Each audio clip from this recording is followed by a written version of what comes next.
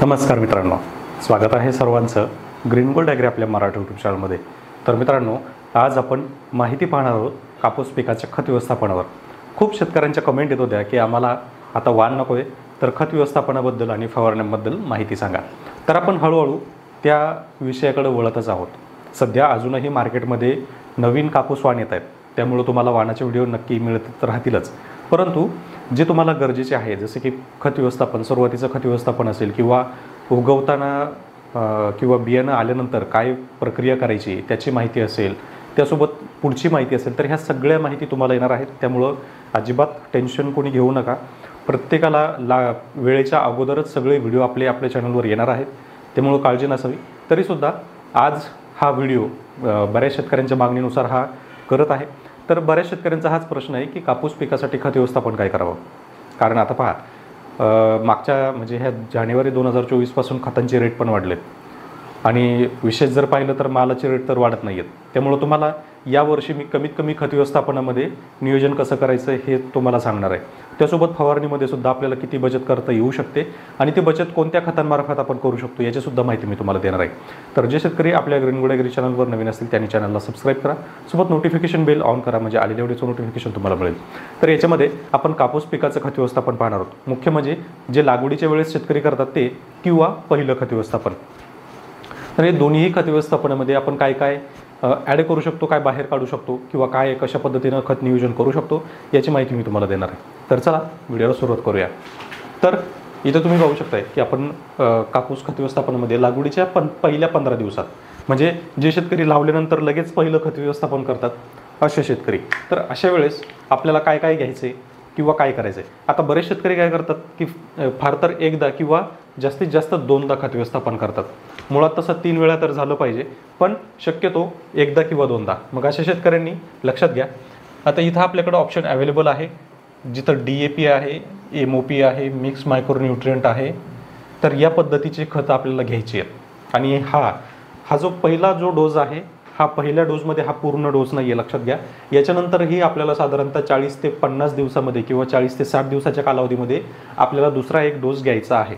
त्यामुळे लक्षात घ्या, हा जरी तुम्ही दिला तरी तुम्हाला दुसरा एक डोस द्यायचा आहे. त्यामुळे काय होईल की दुसरा डोस दिल्यानंतर आपल्याला पाती गळ असेल ती थांबेल, त्यासोबत बोंड जे आहे तर बोंड चांगल्या प्रमाणात पोसेल. आणि दुसऱ्या खत व्यवस्थापनामध्ये आपल्याला सल्फर द्यायचं आहे, की सल्फरमुळे काय होतं की सरकीचं वजन वाढायला मदत होते.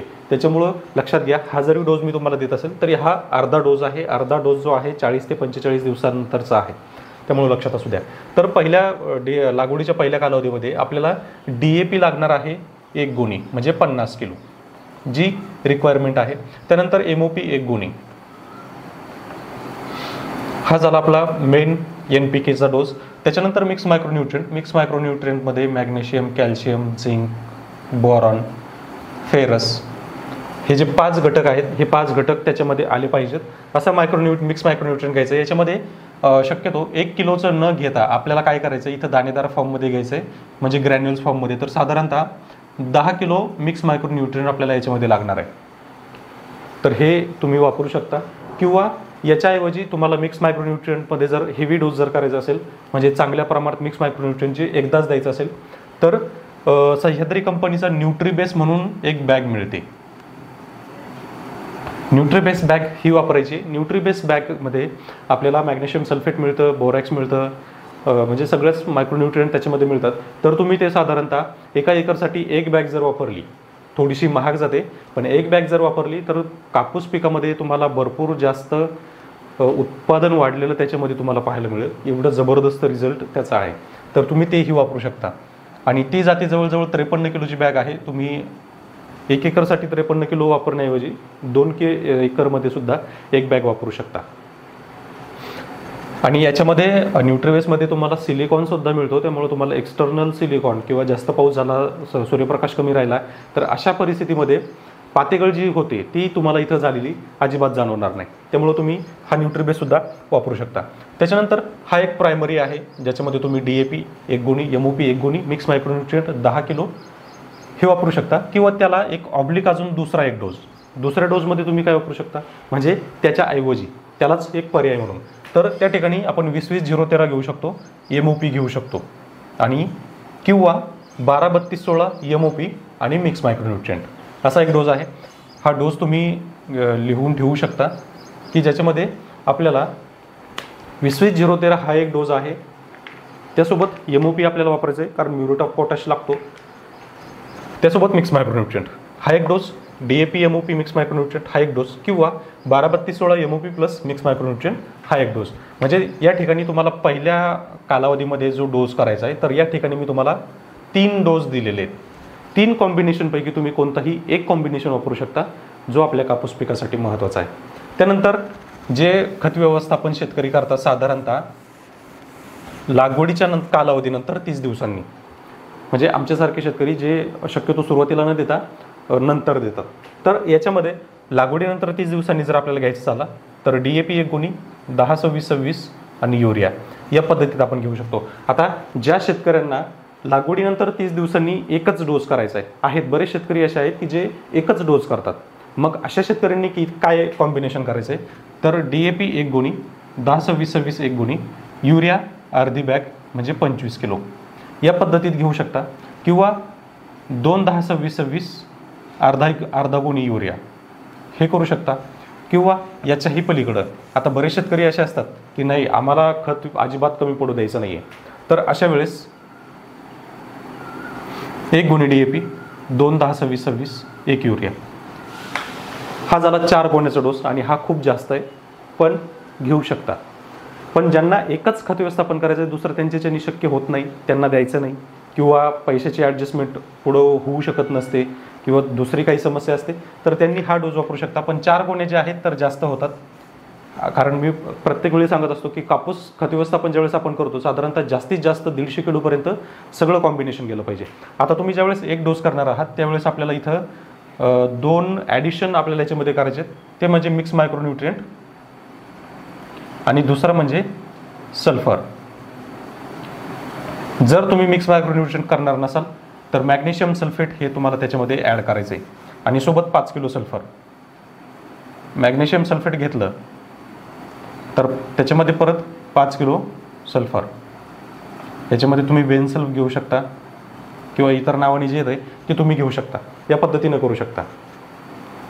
इथे पण तुम्हाला दिलेलंच आहे मॅग्नेशियम सल्फेट आणि बेनसल्फ मिक्स मायक्रोन्यूट्रिएंट. तर दुसरं लागवडीनंतर 30 दिवसांनी खत व्यवस्थापन करताना या पद्धतीनं तुम्ही करू शकता. 1 DAP 1-10-26-26 किंवा युरिया, किंवा काही शेतकरी असं पण करतात की फक्त 2-10-26-26 आणि 1 युरिया. कारण 2-10-26-26 जरी वापरल्या तरी तुम्ही पाहू शकता 2-10-26-26 वापरल्यानंतर आपल्याला 20% नायट्रोजन, 52% फॉस्फरस आणि 52% पोटॅश एवढा मिळतो. त्यामुळं ज्यावेळेस शेतकरी लागवडीनंतर 30 दिवसांनी हा डोस करतात त्यावेळेस त्यांचं पीक आपल्याला जास्त वाढलेलं दिसतं. आणि कापूस पिकामध्ये सगळ्यात जास्त रिकमेंडेशन 10-26-26चं का केलं जातं तर सगळे न्यूट्रिएंट चांगल्या प्रमाणात मिळतात. म्हणजे तुम्ही जर विचार केला तर नॉर्मली जे खत व्यवस्थापन आहे त्याच्यामध्ये आपल्याला 30 ते 35 किलो युरिया सांगितलं जातो, एक 50 किलो 1846 सांगितलं जातं म्हणजे DAP, आणि पोटॅश सांगितलं जातो 50 किलो.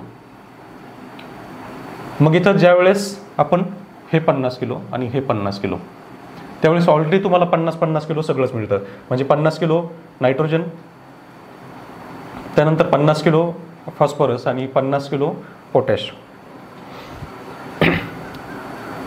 Sorry 100 kilo. तर एवढा आपल्याला जर मिळत असेल तर कापूस पिकाची आपल्याला पूर्ण जी कमतरता पडते NPKची ती भरून निघते. मग आता हा भाग वेगळा आहे की याच्यामध्ये खरोखर 10% नायट्रोजन, 26% फॉस्फरस आणि 26% पोटॅश आहे का, या गोष्टी सगळ्या रिपोर्टवर अवलंबून आहेत. कारण सध्या खता कंपन्यांचा आणि बियाणं विक्रेत्यांचाच फक्त बाजार चालू आहे, त्यामुळं शेतकरी अडचणीत येतोय. त्याच्यासाठी आपल्याला खत व्यवस्थापन करताना हे खत व्यवस्थापन तुम्हाला सेकंडरी खत व्यवस्थापन आहे. पहिलं जे खत व्यवस्थापन आहे, जर तुमच्याकडे शेणखत असेल, लेंडी खत असेल तर शेणखत शक्यतो वापर चला. शेणखतासोबत थोडंसं कंपोस्ट जर वापरलं त्याच्यात आणखी मदत होऊ शकते. आणि लागवडीनंतर ज्यावेळेस आपली कपाशी उगवून निघते त्यावेळेस जे कंपोस्ट खताचं जे पाणी असतं म्हणजे वर्मी वॉश, तर वर्मी वॉश तुम्ही त्याच्यामध्ये वापरू शकता. लक्षात घ्या, सगळ्यात स्ट्रॉंग डोस हा आहे शेणखत, कंपोस्ट आणि वर्मी वॉश सगळ्यात चांगला आहे. याच्याने सगळ्यात जास्त उत्पादन तुम्हाला मिळतं. याच्यावर तुमचं खूप जास्त उत्पादन नाही आहे. तुम्हाला जर प्रॉपर उत्पादन घ्यायचं असेल तर शेणखत साधारणतः 3 ते 4 ट्रेलर, कंपोस्ट साधारणतः एक 200 किलो आणि व्हर्मी वॉश प्रत्येक ड्रिंचिंगला साधारणतः 10 लिटर. एवढे जर तुम्ही फॉलो करत गेले तर तुम्हाला या खतांची फारशी गरज पडणार नाही. फक्त शेतीला आपल्या जमिनीला जी गरज आहे, जे दरवर्षी तुम्ही टाकता, एक गरज म्हणून फक्त हे टाकायचं आहे.